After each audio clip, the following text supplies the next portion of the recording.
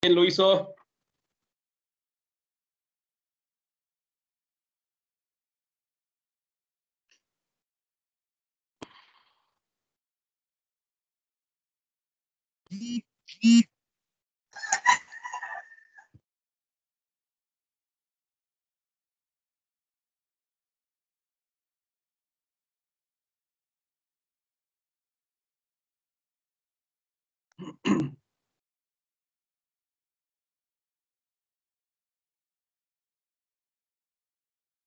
Vamos a ver. Vamos a ver.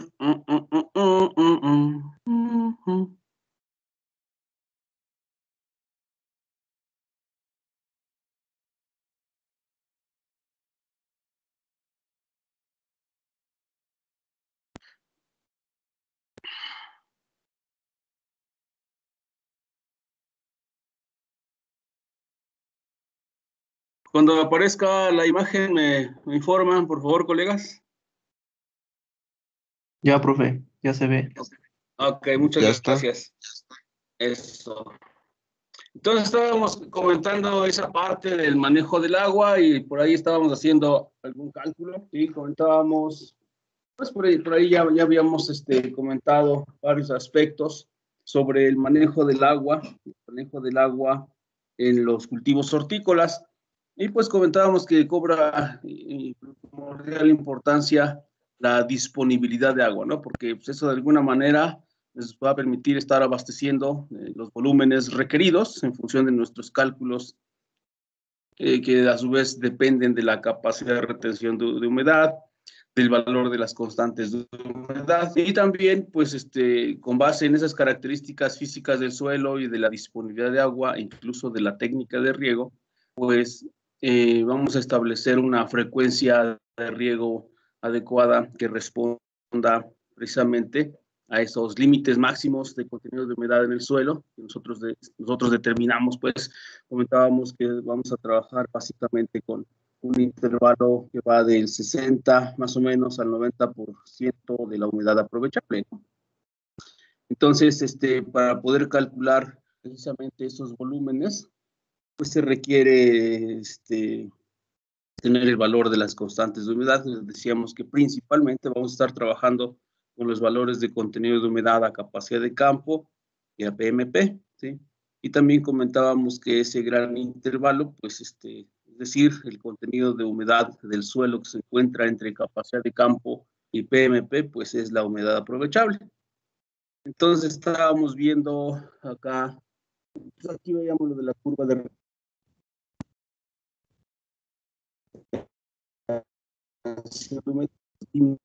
máximo y mínimo de contenido de humedad, ¿verdad? Máximo y mínimo de contenido, y que yo puedo estar de alguna manera monitoreando con mis tensiómetros, ¿no? Entonces, y también comentábamos algo sobre ya con los datos de esta lámina, son los resultados de un análisis, y comentábamos que de acuerdo a los datos que están aquí, pues es un suelo de clase franco, areno franco, ¿sí? De tal manera que pues, tiene un valor de densidad aparente de 1.29. Ahí están las unidades del gramo por centímetro cúbico. Comentábamos que las constantes de humedad van a estar referidas como porcentaje, y ese porcentaje pues corresponde a una parte del peso seco, ¿no? Total de la masa de suelo que se encuentra presente en ese suelo, ¿no? En el suelo que vamos a estar trabajando. Entonces, la clase anterior se estaba haciendo un ejercicio sobre el volumen de agua o la cantidad de agua que se retiene en un suelo, ¿verdad? Dijimos que vamos a trabajar con 1 hectárea a una profundidad de 30 centímetros, 3 metros, y y pues ahí lo primero que hay que calcular pues es el volumen, ¿no? El volumen de suelo con el que vamos a trabajar. Decíamos que eran 3,000 metros cúbicos, ¿verdad?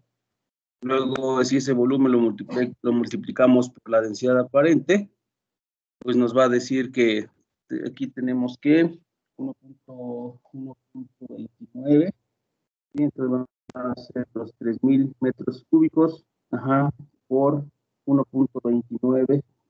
En este caso van a ser toneladas por metro cúbico. Entonces, ustedes obtuvieron por ahí la masa del suelo con el que estamos haciendo el ejercicio es igual a 3,870 toneladas, ¿no?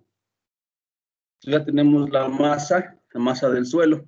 Y ya a partir de ahí estábamos calculando las cantidades de agua en ese suelo cuando está a capacidad de campo y decíamos que era ¿cuánto?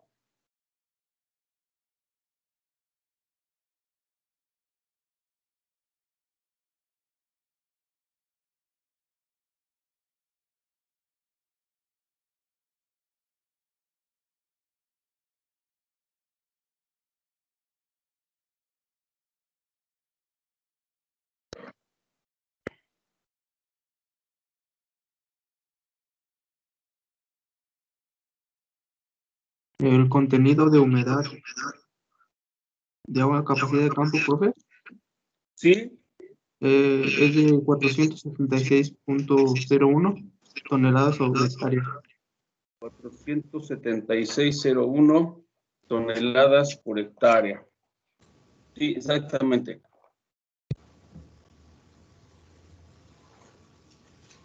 Vamos a anotarlo. 476,01 toneladas. ¿De qué decíamos? ¿De qué? De agua, ¿no? Por hectárea. Sí, Porque profe. acuérdense que como está expresado en porcentaje, si nuestra masa seca del suelo son 3,870 toneladas, el valor a capacidad de campo que decíamos aquí que era 12.3, ¿verdad? Entonces, el 12.3% de esas 3,870 toneladas de suelo seco, pues son 476.01 toneladas de agua en esa gran rebanada de suelo que decíamos que eran 3,000 metros cúbicos, ¿no? Ahora, el contenido de agua al punto de marchitez permanente, decíamos que era otra vez multiplicar la masa, que es 3,870 toneladas de suelo, multiplicado por la fracción que representa la humedad a punto de marchitez permanente. Y decíamos que habría que dividir 7.32 entre 100 para convertirlo en la fracción, que multiplicado por la masa total del suelo, me va a dar un valor de 273, ¿no? 273. ¿Cuánto? ¿Punto qué?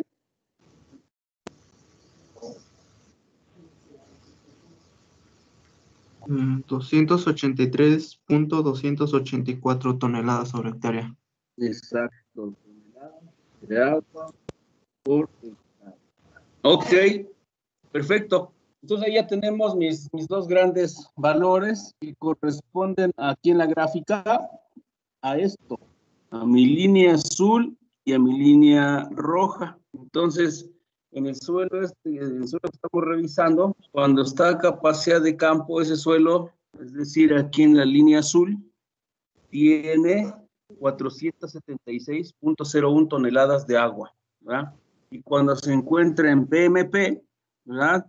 Que es el valor de la línea, que es el valor que corresponde a esta línea roja en la gráfica, tiene 200. Okay. Ya la diferencia de estos dos valores, decíamos que nos daba, ¿cuánto? 47601 menos 283,284. Nos va a dar 192,706 toneladas de agua. ¿Ok? Entonces, la diferencia entre estos dos valores, entre capacidad de campo y PMP, nos va a dar 192,726 toneladas de agua. Eso se convierte en mi intervalo de humedad aprovechable, ¿no? Entonces, el 100% de la humedad aprovechable del suelo que estamos trabajando es igual a 192,726 toneladas de agua. O es lo mismo que decir 192,726 metros cúbicos, ¿sí? o es lo mismo que decir 192,726 litros, ¿verdad? Entonces, más o menos, esas son las tres equivalencias del intervalo de la humedad aprovechable para el suelo, está representado en los resultados de la hoja del análisis físico-químico del suelo que vimos en la gráfica. Entonces, por ahí, digamos que les comentaba que hicieran el ejercicio para calcular el equivalente de humedad, ¿sí?, en ese suelo, del intervalo que vamos a dejar como volumen de agua permisible para que la planta lo esté consumiendo, es decir, el volumen de agua que va aproximadamente cerca de esta línea azul, que vendría siendo el 90% de la humedad aprovechable y hasta el 60% de la humedad aprovechable. Entonces, esa diferencia, ¿cuál es? Entonces, si consideramos que el 100% de mi humedad aprovechable en ese suelo son 192,726 toneladas de agua, entonces, otra vez, ese 192,726 toneladas lo vamos a multiplicar por el punto 9, que es el 90% de lo que yo quiero que exista de humedad en el suelo, ¿verdad? Entonces van a ser 192,726 por 0.9, y eso me dice que es 173,453 toneladas. Ajá. Y luego, por el punto 6, que es mi 60%, yo quiero estar manejando un intervalo de la humedad aprovechable entre 60 y 90%. Entonces, la agua en el suelo a 60% de la humedad aprovechable va a ser 192,726 por 0.6, y dice que tengo 115,635 toneladas. La diferencia entre estos dos, que es 173,453 menos 115,635, me dice que tengo una diferencia de 57,81 toneladas de agua. Ese es el volumen de riego que yo voy a estar recuperando cada vez que mi contenido de humedad llegue al 60% de la humedad aprovechable, es decir, no va a llegar jamás a PMP, ¿sí?, sino que voy a tener un colchón pues bastante considerable de agua, que me va a mantener suficiente agua en el suelo para que la planta pueda tomarla sin ningún problema para responder a la demanda de transpiración, demanda del aire, de la atmósfera, es el clima, pues va a estar asociado con la humedad relativa, la velocidad del viento, la temperatura y la radiación. Entonces, todo eso influye en el proceso transpiratorio. Entonces, si todos esos factores, por ejemplo, la humedad relativa es baja, hay viento, la temperatura es alta, entonces va a haber mayor demanda transpiratoria. Entonces, tenemos que asegurar que exista suficiente humedad en el suelo, suficiente agua disponible que la planta va a poder tomar para responder precisamente a esa demanda transpiratoria, que eso lo podríamos ver expresado en ambientes, por ejemplo, de climas secos, ¿no? De cálidos secos, por ejemplo, ¿no? O en clima C también, en la época de primavera-verano tenemos pues, radiación alta, temperatura alta, tal vez no haya vientos tan fuertes, pero la humedad relativa pues es baja, entonces la demanda transpiratoria se incrementa, ¿no? A diferencia de lo que ocurre en los climas cálido-húmedos, ¿no? Que hay predominantemente hay climas con humedad relativa alta. Si bien la temperatura es alta, pero la humedad relativa es alta, entonces eso de alguna manera compensa esa situación de demanda hídrica. La planta está menos presionada por responder a esa demanda transpiratoria, ¿no? Pero también puede haber algunos inconvenientes en los climas ácidos, en los cálidos húmedos, ¿no? Entonces, siendo nuestro dato. Entonces, son 57,81 toneladas de agua que decíamos que es un equivalente a 51.81 metros cúbicos de agua, o es lo mismo que decir 57.810 litros. Ajá. Entonces, imaginen ustedes que tienen un sistema de riego. Imagínense que ustedes, su sistema de riego les proporciona un gasto de 0.020 metros cúbicos por segundo. Por decir algo. Si eso es así, si el gasto que les ofrece su sistema de riego es de 0.020 metros cúbicos por segundo, la pregunta sería, ¿cuánto tiempo debo regar para aplicar esos 57.81 metros cúbicos? A ver, háganlo, por favor, colegas.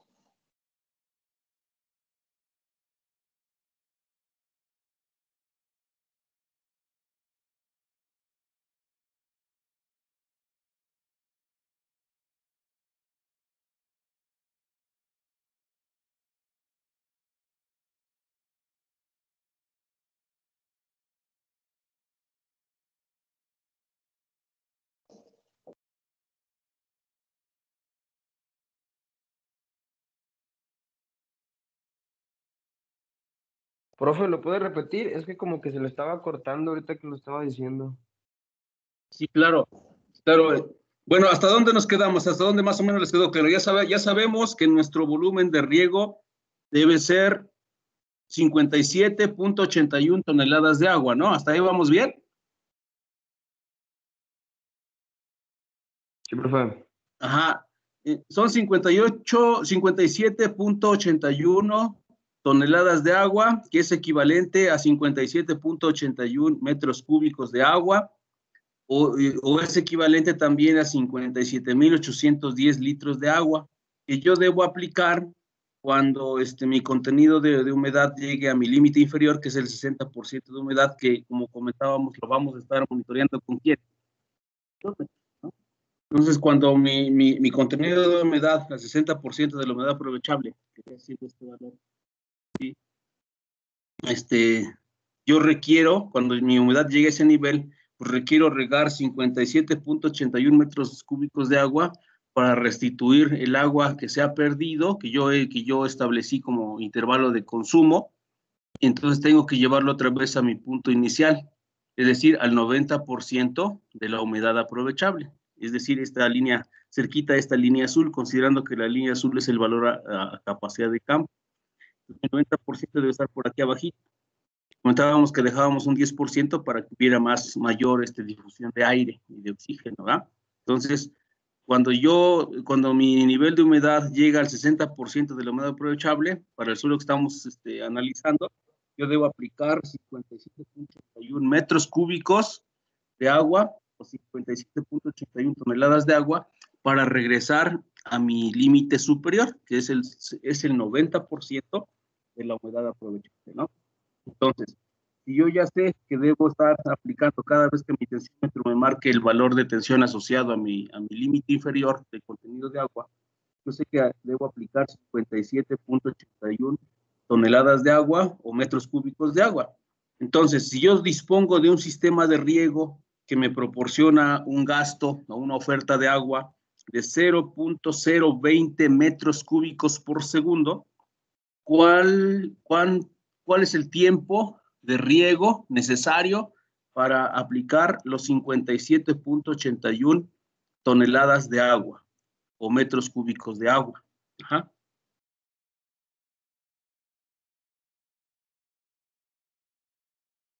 Entonces ahí el ejercicio es calcular el tiempo, colegas.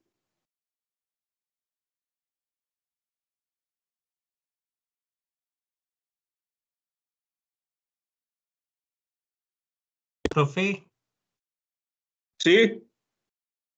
a mí me dio 48 horas y casi 11 minutos. A ver, 8, 20.5.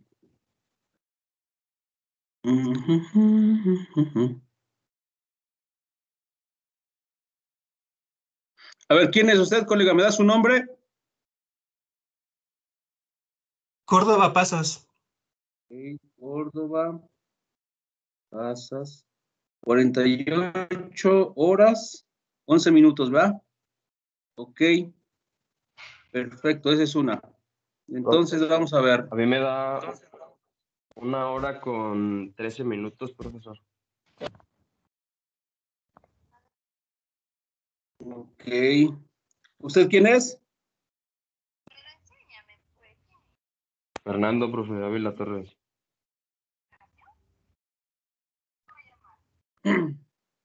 Ávila Torres, ok. Profe, Ávila, ¿me profe, dijo una hora con cuánto, Ávila?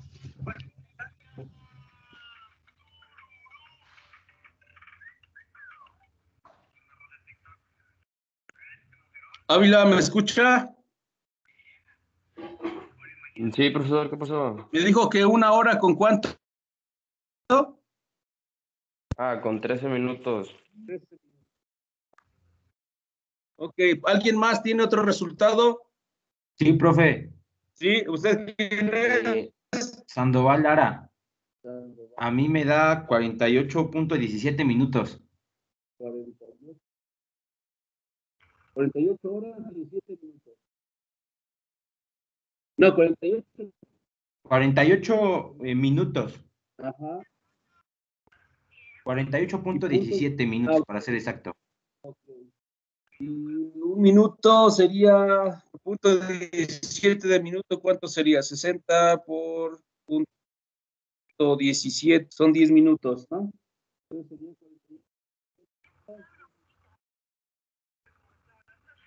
Ya van a tener resultados, a ver quién da más o da menos. Profe, Sí, ¿quién habla?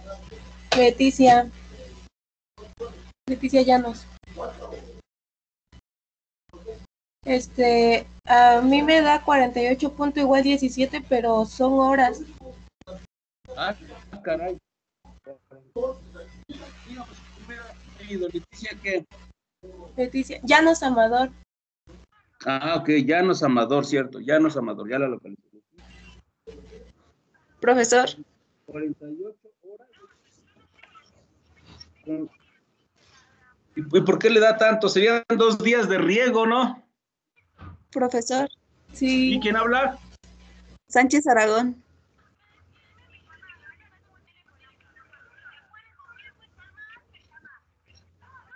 Profe, ¿me escucha? Sí, la escucho. ¿Cuánto le salió a usted? Ok. 48 horas y 17 minutos. También 48 horas y 17 minutos. Igual que su colega, Leticia. Ok.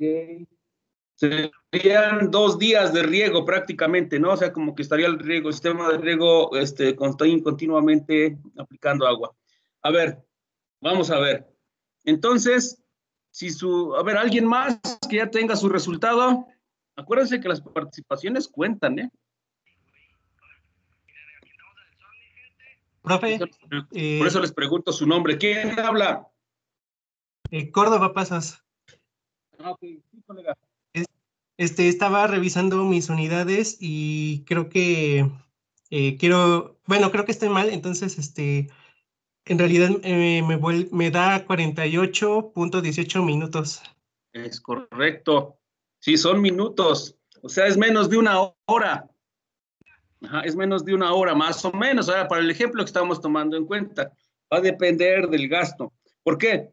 Porque si mi gasto es de 0.0 metros cúbicos por segundo, ¿eso en litros cuánto es?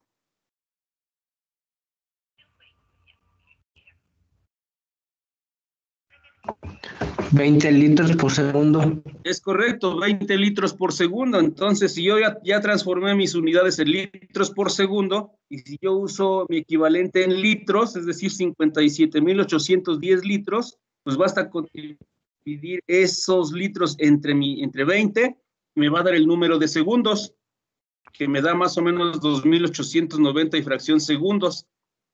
1 hora son 3.600 segundos, ¿no? 1 hora. Entonces, eso es menos de 1 hora, ¿no? ¿Sí? Entonces, más o menos anda en esa parte, en 48 minutos y la fracción que corresponde al punto, ¿no? Entonces, en términos así generales, podríamos decir que son 50 minutos, ¿no? Pero sí, cuando hagamos los cálculos, ahorita aprovechando, cuando hagamos los cálculos, ya para los exámenes, la recomendación es que estemos durante el proceso, durante el desarrollo, usemos al menos 4 decimales, ¿sí? Al menos 4 decimales vamos a usar. Y ya los resultados finales, ya el último que se va a colocar en la línea de los resultados, ahí les voy a solicitar que anoten el número entero, el punto y solo 2 decimales sin redondear, así como sale de la calculadora. Ajá. Pero ya para fines de cálculo, sí vamos a, digamos, durante el desarrollo, sí usemos por lo menos 3 decimales, ¿no? Porque fíjense que luego sí ocurren cosas extrañas, porque como a veces usamos diferentes parámetros, y si unos los manejamos con una unidad decimal, otros con 2, otros con 3, se hace un relajo después, y luego los resultados salen un tanto diferentes, ¿sí? Salen un tanto diferentes. Entonces, por eso la recomendación es que durante el desarrollo utilicemos por lo menos 3 decimales o 4 si es posible, aunque luego nos cueste un poquito anotar muchos números, no importa, pero de alguna manera eso me asegura a mí que luego a la hora de las revisiones no están tan sesgados los resultados, porque si no luego empieza la discusión, ¿no? Pero es por eso, porque algunos manejamos una decimal, otros manejamos 2 decimales, otros manejamos muchas decimales. Entonces, quieran o no, eso después se ve reflejado en intervalos de sesgo algo altos, ¿sí? Entonces, y por ejemplo, eso cuando lo aplicamos a dosis de fertilización, imagínense Profe, no lo oigo bien. ustedes por el país. Bueno, a ver, entonces estábamos comentando que para los resultados de los No se escuchaba, profe. o para el ¿Qué hago? desarrollo de los cálculos, 3 o 4 decimales mínimo. Ya para el resultado final, sí les voy a pedir que pongan el número entero, el punto y 2 decimales. ¿Sí, colega? ¿Sí? No, se escucha ¿Alguien muy bien. habló? No se escucha, híjole. Pero fíjense que mi red no está, hoy no está parpadeando como otras veces, está fija. Lo que pasa que fíjense que esta hora es medio complicada porque como mucha gente trabaja a esta hora, sí, como quiera que sea, sí nos afecta el ancho de banda y por tanto hay fallas en la transmisión. ¿Cómo le podríamos hacer? La otra sería cambiar la hora por la tarde. Si ustedes quisieran, podríamos hacerlo para cambiarlo por la tarde, pero no sé si a todos les acomode, porque en la tarde creo que hay menos problema. Ahorita lo que pasa es que todo el sistema educativo nacional, pues prácticamente trabaja en las mañanas, entonces ya se imagina la información que está fluyendo ahorita en el sistema. Entonces, que de los que vivimos en los pueblitos, yo, por ejemplo, vivo acá en San Miguel Tlaixpan, es del municipio de Texcoco, pero estoy aquí en el cerro, entonces, pero he visto que las tardes es menos problemático.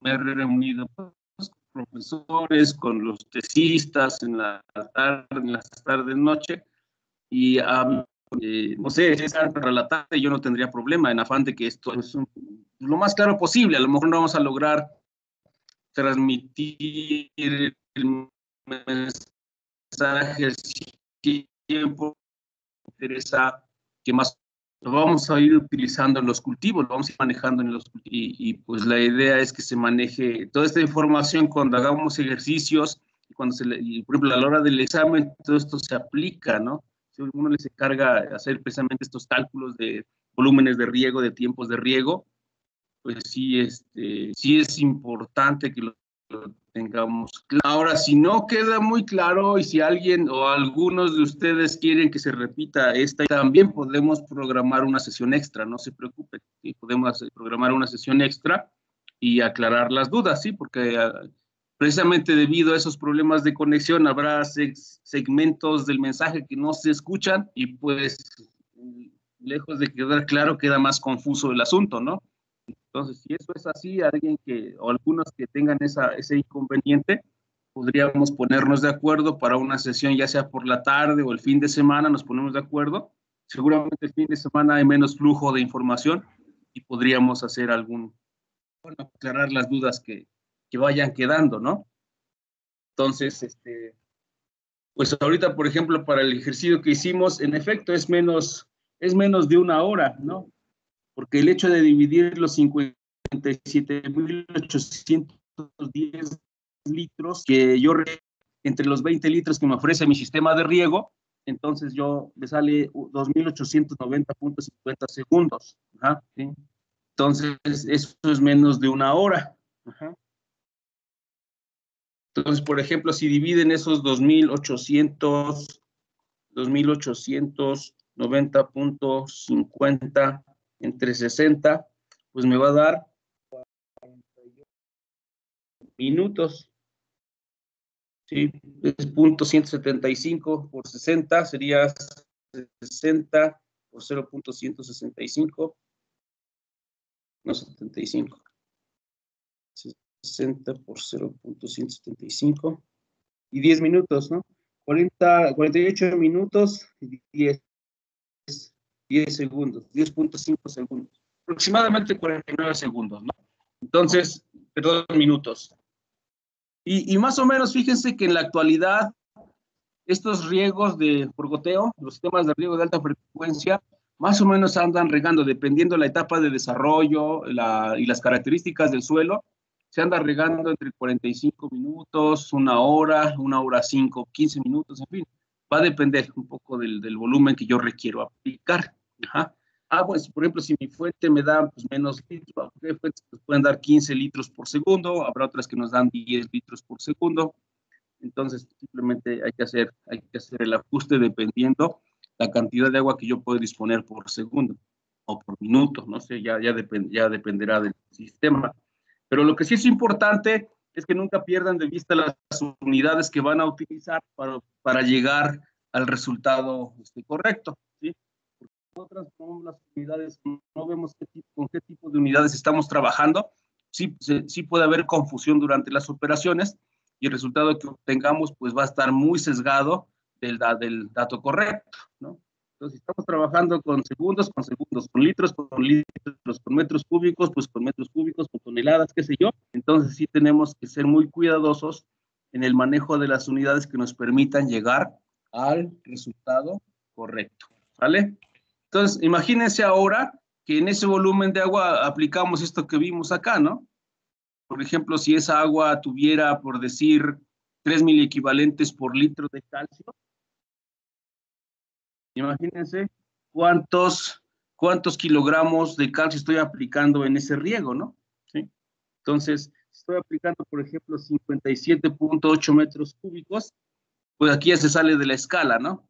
Pero bueno, por regla de 3 podríamos nosotros calcularlo, de acuerdo con la tabla, o calcularlo directamente conociendo el contenido de calcio en el agua. ¿Sí? Si, por ejemplo, yo tengo, como dice ahí la tabla, les digo, hay 3 miliequivalentes de calcio por litro.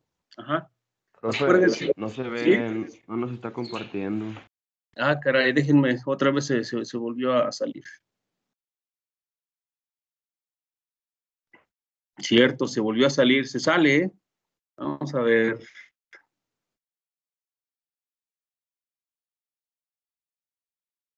A ver, cuando llegue me dicen, por favor. Ya se ve, profe. Sí, profesor. Perfecto. Muchas gracias, colegas. Sí, cuando se desaparezca la imagen, luego échenme un grito, porque sí se sale, por alguna razón nos saca la pantalla compartida. Entonces, fíjense, si yo estoy utilizando, vamos a suponer que donde yo voy a hacer, estoy trabajando y se dan cuenta, los datos del suelo lo indican, los datos del suelo que estamos revisando lo indican, miren, el calcio pues más o menos tenemos 1,252, pero bueno, ese es suelo. No tengo aquí a la mano uno de agua, pero bueno, trabajemos con estos datos que también son reales, ¿no? 3,000 equivalentes de calcio por litro, ¿sí?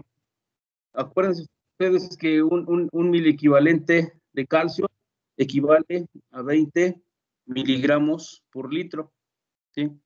Es decir, 20 gramos por metro cúbico, ¿sí? 20 gramos por metro cúbico de calcio, 1. Pero como tengo 3, serían 60 gramos de calcio por cada metro cúbico que estoy aplicando, ¿sí?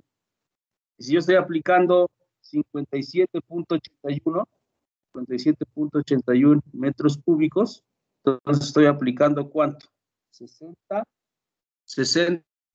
por 57.81 metros cúbicos, estoy aplicando 3,468.6 gramos de calcio en ese riego, que es lo mismo 3,468 kilogramos de calcio por cada riego. Si es algo, colegas.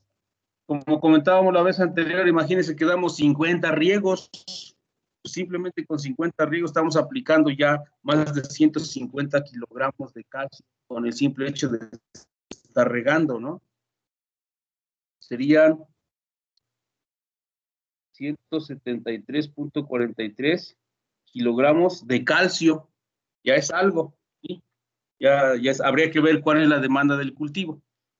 Ahora, es importante aclarar que pues, todo ese calcio va en el agua, no obstante, parte de ese calcio, y considerando que el agua generalmente tiene pH alcalinos, pues va a haber cierta predominancia de algunos iones bicarbonato que van a estar acomplejados precisamente con este calcio. Ajá. Entonces nosotros podemos tener pues, la presencia de algunos bicarbonatos, ¿no?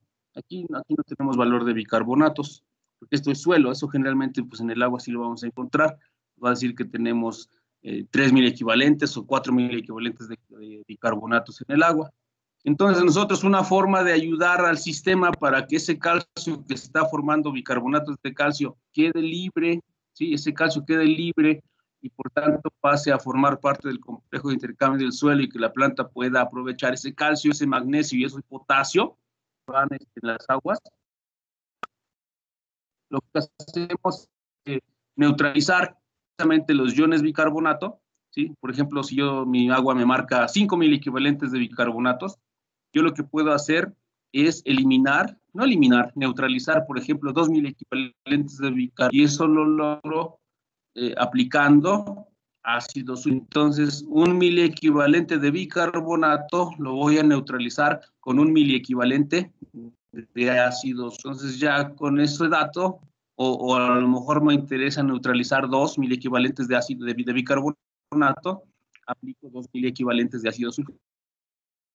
Con ese dato yo empiezo a trabajar. Entonces, yo obtengo mi peso molecular de mi ácido sulfúrico, su peso equivalente, lo llevo al valor del miliequivalente para saber qué cantidad de ácido sulfúrico debo utilizar por metro cúbico, y ya cuántos metros cúbicos voy a aplicar, calculo la cantidad total de ácido sulfúrico para neutralizar esos 2 miliequivalentes y liberar 2 miliequivalentes pues de entre calcio, magnesio y potasio, y de esa manera pues yo estoy aprovechando esos elementos que se encuentran en el agua y que van a estar potencialmente disponibles para mi cultivo, ¿no?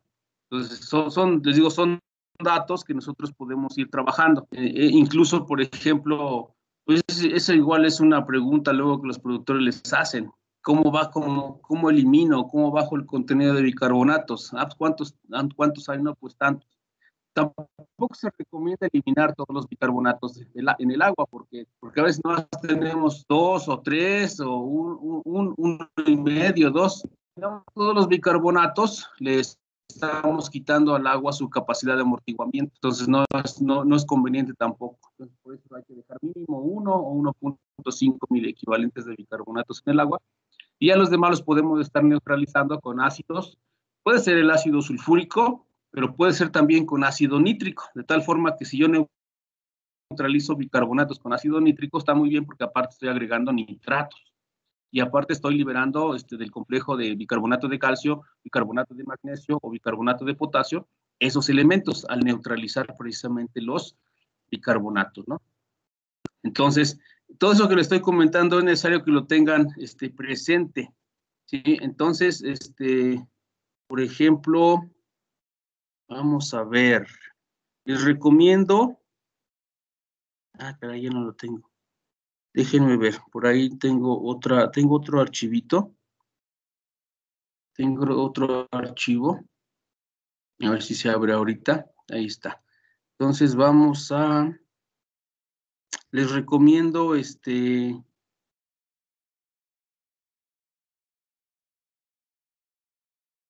que se hagan un resumen de toda esta información. Bueno, de información de campo que luego se ofrece.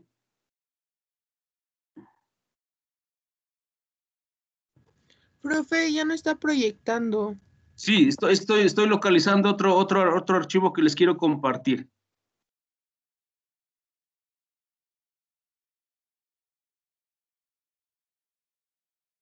Okay.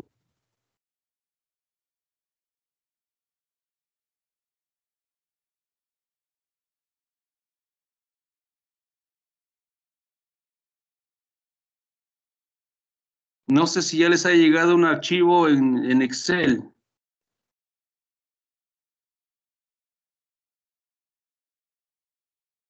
Es una pantalla en Excel, colegas. ¿Ya les llegó?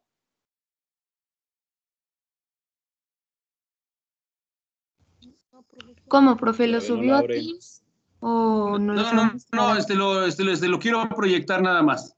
Ah, no, Todavía no no está lo abre, abierto. profe, solo se ve el archivo, pero no está abierto.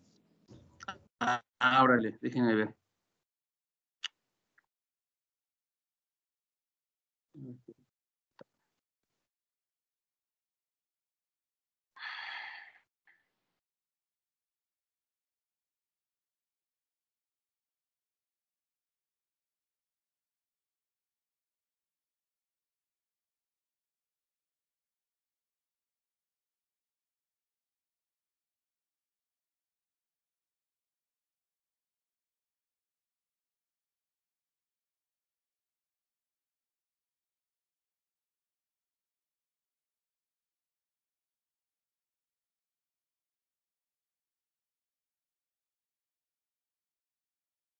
No, por alguna razón me carga otro que no es. Me carga otro que no es. Bueno, a ver si cuando les llegue uno de Excel que tengo en pantalla, ¿me dicen?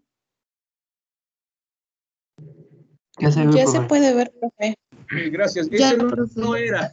Ese no era. Les iba a presentar otro en donde están precisamente las masas de los elementos, de los iones con los que vamos a estar trabajando. Pero bueno, aprovechando que se abrió eso de la masa que estábamos viendo para calcular los volúmenes de riego, también nos sirve ese valor de la masa para calcular nuestro suministro de nutrientes en el suelo. Entonces, por ejemplo, este es un ejercicio que yo tengo para generar un programa de fertilización para chile poblano.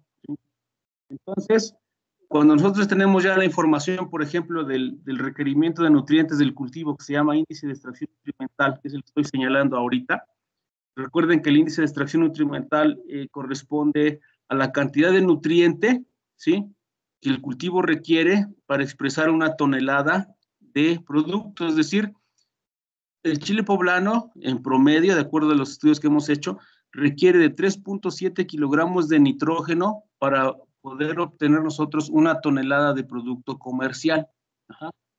Y para fósforo requiere 480 gramos, para potasio requiere 4 kilogramos por cada tonelada, de calcio 2.1 kilogramos y de magnesio 730 gramos. Entonces, para una región determinada de buen potencial productivo, nosotros esperamos un rendimiento de 50 toneladas. Si por cada tonelada se requieren 3.7 kilogramos de nitrógeno, entonces la demanda de mi cultivo es 185 kilogramos. Aquí tenemos la demanda para todos mis elementos. Y yo entonces ya conozco lo que requiere mi cultivo. Ahora voy a trabajar con lo que me está ofreciendo el suelo, que es el suministro. Entonces ahí es en donde entra en juego la parte de conocer la masa del suelo con el que voy a estar trabajando, porque acuérdense que los referidos a una proporción de esa masa seca, ¿no?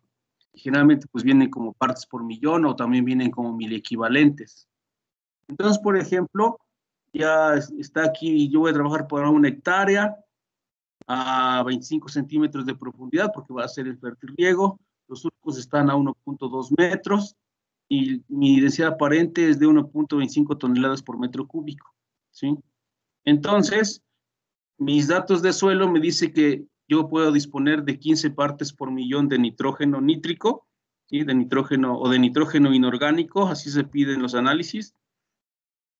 Tengo 20 partes por millón de fósforo Olsen, 30 partes por millón de potasio intercambiable, 15 de calcio intercambiable y 40 de magnesio intercambiable. Y ya eso multiplicado por la masa, ¿sí? Porque si yo tengo 10.000 metros cúbicos por 25 centímetros de profundidad, me da un volumen de 2.500. Multiplicado por la densidad aparente, me da una masa de 3.125. Y ya con esa masa, yo puedo calcular qué cantidad de nutriente tengo disponible de cada elemento, ¿verdad? Expresado también en kilogramos por hectárea, para esta rebanada de 100%, ¿no? Es un esquema de 100% a 25 centímetros de profundidad, ¿no? Y ya tengo mi suministro, ¿sí? Y ya después puedo calcular, pues, mis dosis, y eso después lo vamos a ver un poco más detallado, ¿sí? Pero entonces, fíjense, si nosotros queremos desagregar lo más posible nuestro sistema, pues a veces no nos conviene trabajar con esta rebanada de suelo gigante, porque resulta que mi sistema de raíces no va a estar trabajando, no va a estar desarrollándose en todo este volumen de suelo, va a estar en el volumen de suelo que ocupa el bulbo húmedo. Fíjense, aquí está el esquemita. O sea, en lugar de trabajar con esto, trabajamos con esta. O sea, realmente nuestro volumen de suelo útil y la masa de suelo útil es solo aquella porción en donde se encuentra el bulbo húmedo a lo largo del surco. Entonces ahí tenemos que tomar en cuenta para calcular el volumen que ocupa el sistema de raíces, de tal forma que si mi profundidad que estoy trabajando es 25 centímetros, entonces yo lo transformo en un semicírculo porque va a ser mi bulbo húmedo, un semicírculo con radio 0.25 metros, de tal manera que entonces yo calculo mi volumen efectivo, que es la fórmula para sacar la circunferencia, ¿verdad? Eso va a ser entre 2 y para obtener el área del semicírculo, ¿verdad? El área del semicírculo multiplicado por 100 metros de largo, pues ya me va a dar el volumen por surco, y si lo multiplico por el número de surcos, ya voy a obtener el volumen efectivo. En lugar de trabajar con 2.500, voy a trabajar con 818 metros cúbicos de suelo. En lugar de trabajar con una masa de 3.125 toneladas, realmente voy a estar trabajando con 1.023 toneladas de suelo. Entonces ya mi oferta, después de que eran 49 kilogramos de nitrógeno, realmente el suelo me va a poder aportar 15 kilogramos nada más de nitrógeno. ¿Por qué? Porque pues todos los 46, casi 47 kilos sí van a estar en todo este suelo. El problema es que mi planta no les va a poder, al tema de raíces, se va a limitar solo a la región del bulbo húmedo. Entonces, fíjense, si lo dejamos con la rebanada, estamos sobreestimando la oferta, de tal forma que mi dosis va a estar subestimada, va a estar subestimando realmente el requerimiento de mi cultivo, suponiendo que la planta va a poder tener acceso a estos 46 kilos, pero no es cierto. ¿Por qué? Porque la raíz no va a crecer en todo este volumen de suelo, porque hay líneas, y hay un espacio entre líneas, y el sistema de raíces va a estar limitado a la región del bulbo húmedo. Para cultivos, por ejemplo, de cobertera, esto se aplica perfectamente, ¿no? Por ejemplo, para cereales sí puede aplicar muy bien, que ahí no hay líneas, toda la superficie está cubierta con el cultivo y el sistema de raíces prácticamente está ocupando todo este volumen. Pero en cultivos de línea, como los que manejamos nosotros, ahí sí tenemos que hacer este ajuste. De lo contrario, estaríamos nosotros sobreestimando la oferta. de nutrientes, nutrientes que la planta jamás va a poder tener acceso, pues porque estos van a estar en este espacio más profundo o entre los surcos, y que incluso no nos interesa humedecerlos para que no haya crecimiento de maleza, ¿no? Entonces, hay que tomar consideración para vamos a suponer que hay un buen contenido de nutrientes en el suelo que va a estar disponible, pero que no va a ser así, entonces mi dosis va a ser muy baja, ¿sí? Entonces, tenemos que considerar esa pequeña fracción. Y ya con eso, con estos modelos acá, que ustedes los van a ver en fisiotecnia, los modelos de crecimiento de las plantas, este es el modelo logístico que se ajusta muy bien para explicar el crecimiento de la planta de chile. Lo podemos utilizar para hacer esto. Aquí tenemos, por ejemplo, el requerimiento de nitrógeno por semana, en la semana 1 hasta la semana 20. Ajá. Aquí están los días de la semana o días después del trasplante. Esto es lo que hay que aplicar de nitrógeno, ¿sí? Y luego la aplicación por semana, ¿verdad? Acumulado hasta llegar a los 338, que es lo que salió en el 339, 338. Y ya, incluso en esta tablita le puedo meter la fuente de la que yo dispongo para aplicar el nitrógeno, ¿no? Ya tengo cuánto debo aplicar estos modelos pueden manejarlos por días o por semanas, 3 días, como quieran ustedes. Esa es la gran ventaja. Entonces, para urea, para sulfato de amonio, para nitrato de amonio. Entonces, aquí tenemos la curva de crecimiento y de aplicación, lo que vamos a usar como aplicación, y el puntito rojo se refiere a la etapa de desarrollo de más demanda de este elemento. Es decir, alrededor de esta etapa tenemos que estar muy al pendiente que se convierte en un elemento crítico, el nitrógeno. Y precisamente es cuando la planta está en pleno crecimiento, haciendo ramificación, haciendo floración, haciendo amarre de frutos, haciendo crecimiento de frutos. Entonces, tiene muchos puntos de demanda y son plantas de crecimiento intenso. Entonces, abusados ahí. Es cuando se tiene que constituir todo el sistema de follaje, todo el sistema de ramificación. Hay mucha diferenciación floral. Entonces, tenemos que estar muy al pendiente de la aplicación de nitrógeno en esas etapas. Lo mismo para fósforo, ¿no? Tenemos aquí para fósforo, incluso aquí ya lo podemos también anotar como superfosfato de calcio simple, si fuera el caso de hacerlo, por ejemplo, ese incluso lo podemos aplicar de fondo. Y aquí tenemos ya para un sistema de fertirriego, si queremos dosificarlo bien, pues usamos ácido fosfórico, o podemos utilizar el monofosfato de potasio, que también es altamente soluble. Podemos también meter aquí monofosfato potásico y podemos nosotros calcular la cantidad de fósforo que vamos a estar aplicando. Estos dos, pues nomás los se hacen como ejercicio, porque estos de preferencia, si se tienen, se aplican, son muy poco solubles. Podemos hacer una aplicación de fondo de estos, considerando que el fósforo pues, es un elemento inmóvil. Si lo colocamos, como dice su nombre, como en el fondo, la fertilización de fondo, pues aseguramos que el sistema de raíces va a llegar a ese fertilizante que vamos a colocar ahí durante la elaboración de las camas. Ese no se va a mover. Y así que, o la otra es aplicar un 50% del fósforo con estas fuentes en la fertilización de fondo, y el otro 50% lo puedo aplicar como ácido fosfórico o como ortofosfato de potasio, que es soluble. Uso mi sistema de fertirriego y hago un complemento a través del sistema de riego. Hay muchas formas ahora, colegas. Para potasio, pues también tenemos nuestro programa, y aquí también ya las fuentes de fertilizante para mis nutrientes, ¿no? Sulfato de potasio, cloruro de potasio, nitrato de potasio.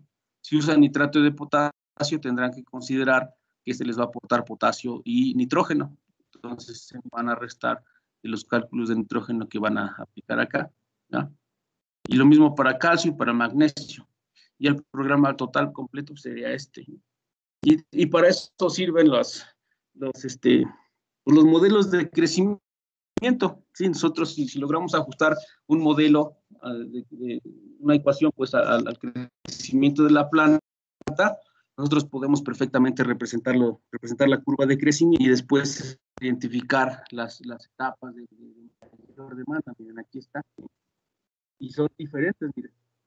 a pesar de que los elementos están determinados en la biomasa que va acumulando la planta, las etapas críticas de mayor demanda de los elementos, pues es diferente, ¿no? Uno se da antes, uno se da un poco después, dependiendo del tipo de elemento que sea, ¿no? Por ejemplo, el fósforo, la etapa crítica está en la semana entre la semana 20 y la semana 21, mientras que otros están en la semana 16, ¿sí? Como el magnesio. El fósforo probablemente aquí se incrementa mucho por la demanda de fósforo al momento de estar formando las semillas de los frutos, ¿no? Entonces, ustedes saben, las semillas son unos receptores importantes de fósforo, ¿sí? Entonces, es probable. Entonces, como la planta dispone de fósforo de manera suficiente, pues hace un proceso normal, desarrolla normalmente y después acumula parte de ese fósforo en las semillas y es donde más se absorbe fósforo por la planta. Por eso es importante estos programas, porque podemos nosotros aplicar todos los elementos desde el inicio. Nomás lo único que va a variar es pues, su importancia relativa, dependiendo de la etapa y dependiendo de los procesos que se estén desarrollando ahí. Entonces, para eso también nos sirve la parte de la biomasa, de la masa seca del suelo. Entonces, tenía otro archivo que ese después se los voy a compartir. Se los voy a compartir porque vamos a, para que tengan información que les va a servir en el campo, ¿no? Por ejemplo, los pesos moleculares, las purezas de los ácidos, las densidades de los ácidos, porque también es importante. Porque fíjense, todos estos cálculos que estamos haciendo acá, colegas, y que ustedes seguramente en el futuro les va a tocar de hacer, ustedes nomás van a llegar con los productores o como asesores técnicos, como growers, y pues van a solicitar toda esta información o si están ustedes ahí ya de planta, pues tienen que preocuparse por tener esta información. Hay que estar tomando las muestras de agua y de suelo de manera frecuente. Van generando también sus bases de datos, ¿verdad? Y todos estos cálculos, pues los hace el técnico, ¿no?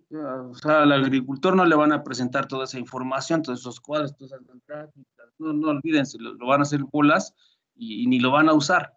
Nosotros tenemos que trabajar toda esa parte como técnicos y ya nomás al productor le vamos a llevar una hojita en el que le decimos que en la semana 1 aplique esto, en la semana 2 aplique esto, una 3 aplique ya nomás, o sea, el resultado final como recomendación, porque a él no le interesa entonces, bueno, hay productores que no les interesa toda esta información, entonces más bien esa información nosotros que tenemos que generar las recomendaciones de riego, de fertilización o de aplicación de algunos insumos, pero toda esa información pues es nuestra, la manejamos nosotros. Bueno, si a él le interesa, pues la podemos compartir sin ningún problema. Finalmente es información de su sistema productivo. Pero más bien a ellos lo que les interesa es ya la recomendación final. ¿Cuántos kilogramos, por ejemplo, de nitrato de potasio va a aplicar la primera semana? ¿Cuántos gramos de nitrato de amonio, de ácido fosfórico, qué sé yo? ¿Sí? Ya nomás es una hojita la que uno le entrega y con algunas sugerencias o recomendaciones, ¿no? De cómo aplicarlas, qué sé yo, pero mientras tanto, pues uno ya eso lo platico con ellos, ya nomás la pura la recomendación, ¿sí? Porque si nos ponemos a hacer todo esto ahí con ellos y que ellos lo interpreten, olvídense, les va a llevar mucho tiempo y a veces no lo hacen, ¿sí? Se los digo por experiencia, ¿no? Entonces, al final lo que a ellos les interesa es básicamente nomás la hoja de recomendaciones, pero que va a ir soportado con toda esta información, ¿sí? Entonces son algunas cosas, colegas, que vamos a ir comentando en los cultivos. Por eso me interesa pues, írselos mencionando y haciendo algunos ejercicios, porque ya para cuando veamos los cultivos, sí, por ejemplo, un ejercicio para el examen puede ser eso, calcular el suministro, calcular la oferta, calcular la demanda de un cultivo con ciertos datos, ¿no? Pues debe quedar más o menos claro qué información tenemos que utilizar para realmente se convierta en información que uno puede aplicar perfectamente cuando hace manejo de cultivos o hace recomendaciones para el manejo de cultivos. Entonces, pues no olvidemos también la parte de las características biológicas. Aquí mencionábamos al inicio que íbamos a platicar, ya vimos algo de las características Profe. físicas, ¿sí? Disculpe que lo moleste. Antes de continuar, tengo una pregunta respecto al bulbo húmedo. Sí, adelante. El valor del radio, me parece que lo señaló como R, ¿se Ajá. determina teóricamente o tenemos que hacer medidas en campo? Bueno, generalmente lo que yo, R es igual de profundidad útil donde va a crecer el sistema de raíces. Por ejemplo, yo por eso le pongo ahí 25 centímetros, porque más de un 90% del sistema de raíces se desarrolla en un bulbo húmedo que tiene un radio de 25 centímetros. ¿Sí? Entonces, ese radio de 25 centímetros me da una circunferencia de ¿cuánto? ¿Sí? O un diámetro de ¿cuánto? De 50 centímetros, ¿sí o no? ¿Ah? Sí, profe.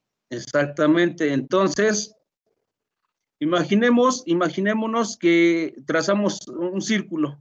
Tracemos un círculo con radio .25 metros o 25 centímetros y colocamos una línea en el medio del círculo que viene siendo la línea que representa el diámetro, que son los 50 centímetros, y esa línea la vamos a ubicar imaginariamente sobre la superficie del suelo, de tal forma que mi bulbo húmedo queda así.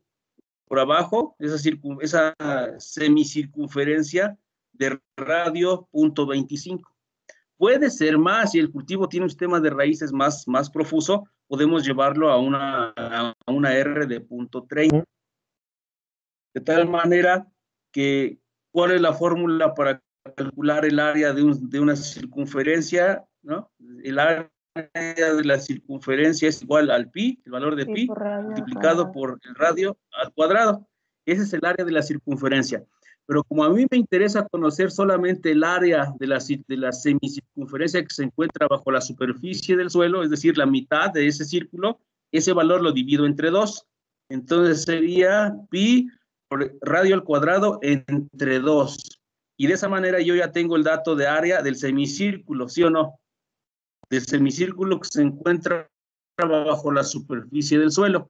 Entonces, ya, si esa área la multiplico por la longitud del surco, vamos a suponer que son 100 metros, ya tengo el volumen de ese semicírculo, ¿verdad? Sería como una tinita de medio metro de ancho y una profundidad de radio .25 metros. Por eso sería por surco. Si eso lo multiplico por el número de surcos, vamos a suponer que yo tengo mi cultivo a 1 metro entre surcos, pues serían 100 surcos. Entonces, ya todo ese valor me va a dar el volumen de suelo que va a estar ocupado por el sistema de raíces de mis cultivos, de mis plantas, ¿no? Ese sería el volumen. Y si ese volumen yo lo multiplico por la densidad aparente, entonces ya tengo la masa efectiva de suelo donde va a crecer el sistema de raíces de mi cultivo. ¿De acuerdo? Ahora, eso es así para fines de modelación, porque este es un modelo, nos estamos imaginando un concepto y tratamos de representarlo con un modelo que poniéndole datos, pues nos da. Pero, ¿cuál sería la forma del bulbo en un suelo, en una arena? ¿Sería semicircular o sería más bien cónico? Porque el agua se mueve muy fácilmente en los suelos arenosos. Entonces tendríamos una forma del bulbo húmedo diferente a un semicírculo. De ahí la pregunta que usted me hacía, si había que hacer estudios de campo. Eso sería lo ideal. Para andar nuestro sistema de riego un tiempo para formar el bulbo donde vamos a trasplantar, y vamos al campo y con una pala hacemos un corte transversal en nuestro surco y vemos cómo se comportó el bulbo húmedo y tratamos de asociarle una figura geométrica, ¿verdad? De la cual podamos calcular el área. Puede ser un trapecio, puede ser un rectángulo, puede ser un triángulo. Digo, ahí ya va a depender de nosotros el grado de precisión que querramos lograr. En promedio, casi siempre usamos un semicírculo, ¿no? Casi siempre usamos un semicírculo, y más cuando usamos acolchado. No obstante, si queremos ser más precisos, sí valdría la pena levantar un poquito el plástico, hacer un corte transversal de la cama de siembra o del surco y ver qué forma tiene el bulbo, y tratamos de ajustarle una figura geométrica pues que nos permita de manera fácil calcular el área. Calculamos el área de esa figura, la multiplicamos por la longitud del surco y ya vamos a tener el volumen de suelo útil, y ya si lo multiplicamos por el número de surcos, ya tendríamos el volumen útil en la hectárea. Y ya ese volumen multiplicado por la densidad aparente nos va a dar la masa útil o más efectiva por hectárea, es decir, el suelo en el que realmente va a estar creciendo nuestro sistema de raíces. ¿Ok? Sí, profe, gracias. Sí, colega. Entonces ya con esa información uno puede explorar lo más que se pueda, ¿no? Entonces, entre más información tengamos para conocer nuestro sistema y poder describirlo y medirlo y hacer lo necesario para que funcione bien, pues mejor. Entre más información tengamos para tomar decisiones, es mejor, definitivamente. Porque, por ejemplo, imagínense que tenemos un bulbo pues no muy profundo y estamos colocando los tensiómetros según lo que platicábamos el otro día, porque son recomendaciones generales la colocación de los tensiómetros, pero no, yo creo que no hay como ver exactamente cómo se forma el bulbo, cómo está, e incluso eso me daría información para ver qué profundidad o qué longitud de tensiómetros es el más adecuado para mi sistema, ¿no? Para mi sistema productivo, para que realmente yo esté monitoreando el bulbo húmedo que se está formando, ¿verdad? Sí, así sería más o menos, colega. Gracias por la pregunta. Entonces, la parte biológica actualmente, como les comentaba, está tomando mucha importancia, mucha importancia. Entonces, se está reconociendo mucho las interacciones favorables que existen entre las plantas y entonces se está atendiendo mucho, se está viendo la importancia que tiene, las grandes ventajas de tomarlos en cuenta, porque pues, a veces no quisiéramos que hubiera microorganismos, pero más bien nos hemos ido con la mala imagen de los microorganismos patógenos, pero en el suelo hay muchos buenos, ¿sí? Fíjense, dice aquí que en un gramo de suelo en promedio podemos encontrar 2.500 millones de bacterias. De estas, un porcentaje pues son buenas, ¿no? Algunas solubilizadoras de nutrientes. Por ejemplo, hay bacterias que solubilizan fósforo, hay bacterias que solubilizan hierro, zinc, algunas incluso de potasio, que solubilizan potasio. Y fíjense que para el caso de fósforo está tomando mucha importancia la incorporación de microorganismos para la biología, porque como saben ustedes, los suelos en general tienen buen contenido de fósforo. El problema es que se encuentra en formas que la planta no puede tomar.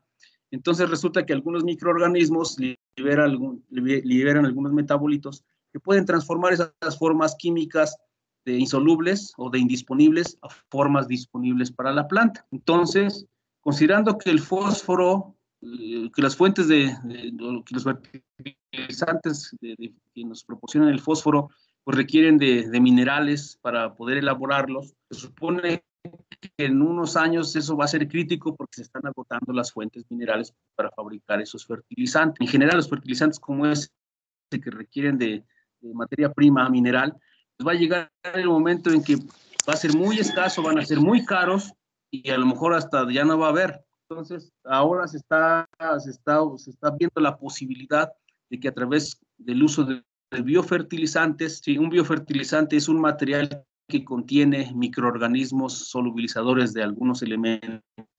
En este caso hay unas especies del género Pseudomonas de bacterias que solubilizan fósforo.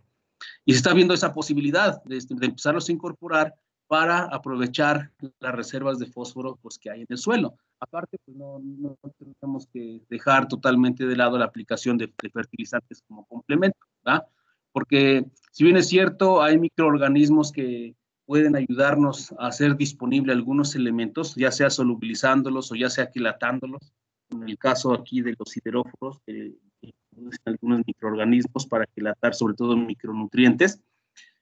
Sí, sí tenemos que ser cuidadosos porque puede ser que la velocidad o la tasa de solubilización y liberación de esos elementos a lo mejor no responde a la alta tasa de absorción o de requerimiento de mis cultivos hortícolas. Ahí tenemos que trabajar un poquito.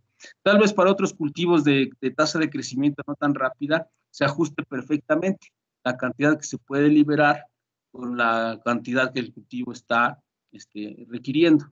Pero en cultivos de alta tasa de crecimiento corremos el riesgo de que la cantidad que se está liberando al sistema no sea suficiente para abastecer la demanda de mi cultivo, ¿no? Entonces, a lo mejor ahí tendríamos que hacer programas combinados de aplicación de fertilizantes convencionales contra más algunos biofertilizantes, ¿sí? De hecho, se está haciendo en algunos sitios y está funcionando pues, más o menos bien.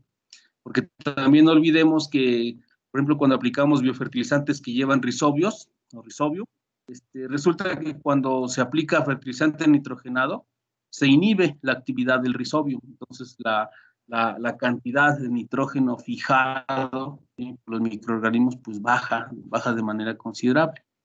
No obstante, pues ahora podemos disponer de algunos biofertilizantes que tienen organismos como Azotobacter o Azospirillum, que son de vida libre y que también nos pueden ayudar a fijar nitrógeno y que puede quedar ese nitrógeno disponible para los que están cercanos o conviviendo a estos microorganismos. Me refiero a la región de la rizósfera.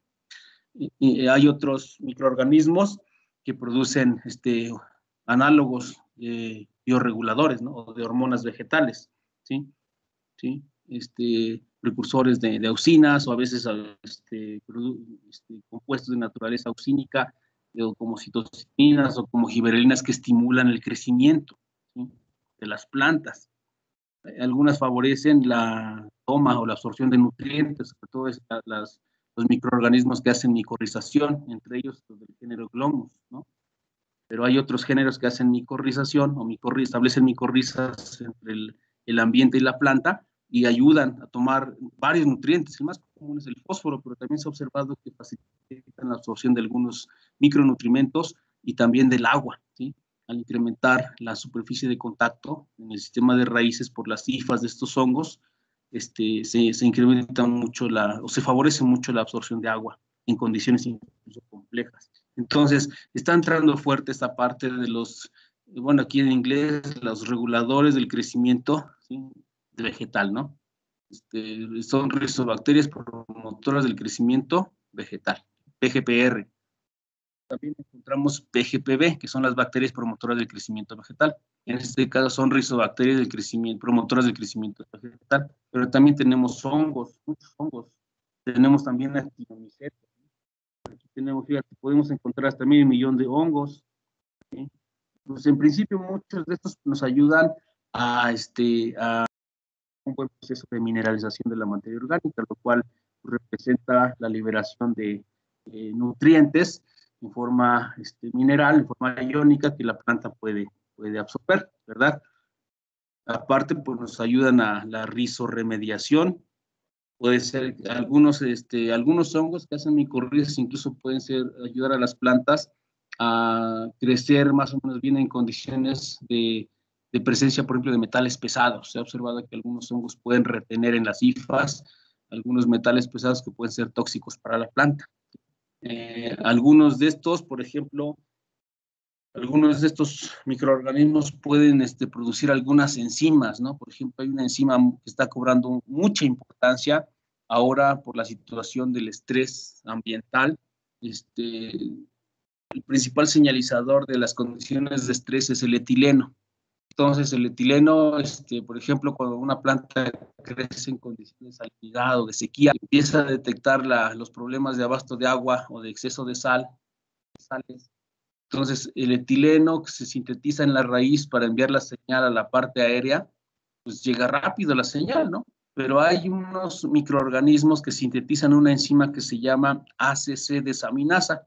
Y como sabemos, el ACC es el precursor directo del etileno en las plantas, ¿sí? Entonces, la ACC desaminasa lo que hace es, no destruir, ¿cómo se le puede llamar? Inhibir, O sea, hay una desaminación del ACC y ya no se forma el etileno. Al ya no formarse el etileno, la señal de estrés llega un poco tarde, llega tarde a la parte aérea, entonces la respuesta inmediata a la condición de estrés se retrasa también y la planta puede tolerar mejor esa situación.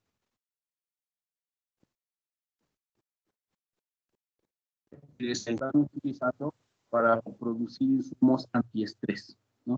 Entonces están cobrando mucha importancia.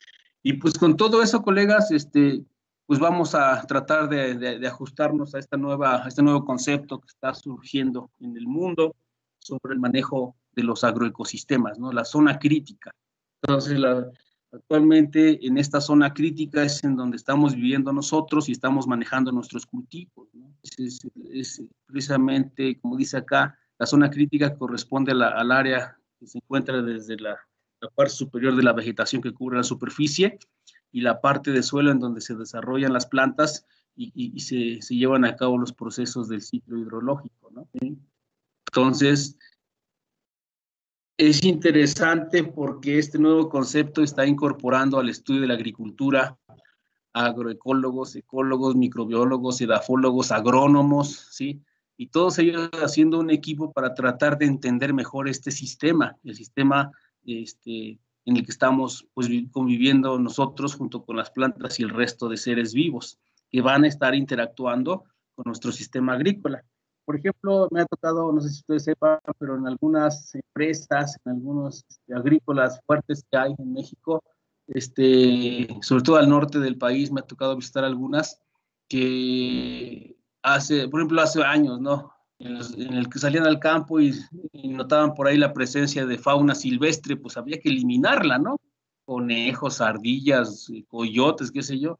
Y ahora eso está, pero estrictamente penado por las empresas que les compran sus productos agrícolas. Ahora incluso se les ofrece una compensación a esas empresas para que convivan con la fauna silvestre. Está prohibido maltratarlos, está menos desaparecerlos, ¿no? O sea, precisamente se están retomando muchos de estos conceptos de sustentabilidad, ¿sí? De sostenibilidad de los sistemas en el tiempo, de la convivencia entre todos los que participamos en este gran sistema. Y pues ahí tenemos que hacer agricultura pues, para abastecer la demanda.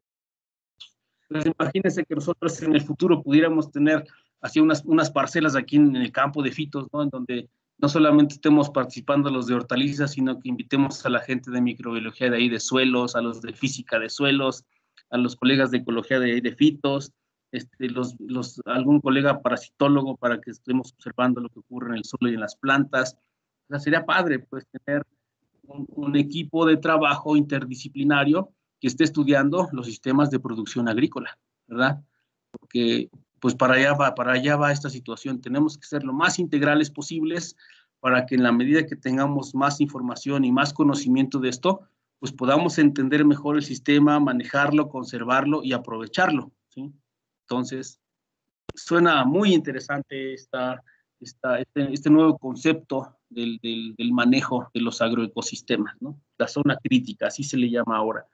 Entonces, pues bueno, vamos a dejarle acá y ya vamos a concluir la siguiente semana hablando pues de la importancia del genotipo, que es ya finalmente lo que les va a interesar para empezar a poner en práctica mucho de lo que ya comentamos y ya aplicado a nuestros cultivos. Entonces, no sé si tengan alguna pregunta. Pues de antemano una disculpa, porque sí, entré tarde, sí, 5 minutos tarde, y también pues una disculpa, no está en mis manos, pero sí creo que es un poco incómodo la parte de que nos esté sacando cada rato el sistema. Entonces, como les comentaba, si ustedes consideran y pueden, podríamos cambiar el horario por la tarde, si les acomoda, si no, pues les seguimos así, y pues nomás sí les pido de favor un poco de tolerancia por esa situación de que nos va a estar sacando el sistema, y es entendible por la hora. Sí, yo tengo aquí de vecinos 2 profesores, ¿no? De la escuela, de otras escuelas, y pues seguramente ellos me han de escuchar ahorita, y yo a veces los escucho a ellos, ¿no? Cuando están en clases, ellos trabajan pues, para la educación secundaria y uno de prepa. Están dando sus clases también en casa, entonces seguramente así hay muchos profesores, ¿no? Tratando de pues, de dar sus clases por esta vía. Pues seguramente eso está ocasionando que a veces pues, se deja de compartir la pantalla, en ocasiones el mensaje oral pues, no se transmite bien porque se entrecorta mucho y como les comentaba, lejos de entender el concepto, pues queda más confuso, ¿no? Entonces, pues sí, por favor, una disculpa por esa situación, pero pues bueno, esperemos que esto se vaya mejorando, ¿no? Con el tiempo. Seguramente se tendrá que ir mejorando pues todo el sistema de Internet, la necesidad ahora. Entonces, yo siento que sí se tiene que ir mejorando. Entonces, si no tienen alguna otra pregunta, algún otro comentario, colegas, vamos a cerrar aquí la clase y nos vemos el viernes. Nos vemos el viernes para empezar ya las exposiciones. Nos vemos a la 1:30, ¿les parece? Profe. Sí, profe. Profe, Aló, antes de que se vaya, Sí. mi compañera Kuamatsi de Gante me dijo que le comentara que tiene problemas con su conexión a internet y que por eso no pudo estar en la sesión de hoy. Maxi, María Isabel. Sí, profe, por Ok, favor. perfecto. Gracias. Sí, no, al contrario, muchas gracias. De hecho, miren, mañana, como las exposiciones empiezan el viernes, nos vemos a la 1:30, van a ser las 3 exposiciones que marqué ahí, la de metabolitos, la de arquitectura de raíz y la de los modelos. Lo vamos a ver el viernes de 1:30, no, ¿de qué? De 12:30 a 2. Vamos a abarcar esos tres artículos. Ya más adelante pues nos vamos poniendo de acuerdo. Recuerden que de la hojita de instrucciones decía que mañana me tienen que enviar ya las presentaciones. Hay límite para mañana.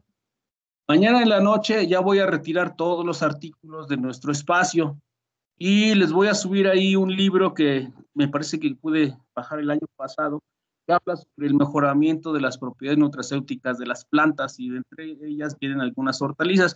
Lo voy a subir también igual unos días para que el que tenga interés pueda descargarlo y pues que vayan teniendo esa información que seguramente en el futuro les va a ser útil. Está entrando muy fuerte esa parte del valor nutracéutico de las plantas y particularmente el de los cultivos hortícolas. Entonces mañana en la noche retiro los artículos para que pueda yo subir ese libro. Y así les voy a ir compartiendo algunos libros que tengo por ahí disponibles para que ustedes los revisen ahorita o en algún momento tal vez les sean útiles. Les aviso eso. Y nos vemos entonces el viernes a las 12:30. Profe, antes de que se vaya, por favor. Sí. La vez pasada, la clase anterior, le comenté sobre la asignación de mi tema. Ah, ¿usted quién es? Pérez Mundo Domingo, y no me lo asignó. A ver, y déjeme algo pasó. Pérez Méndez. Mundo. Pérez Mundo, ¿qué? Pérez Mundo Domingo. Domingo.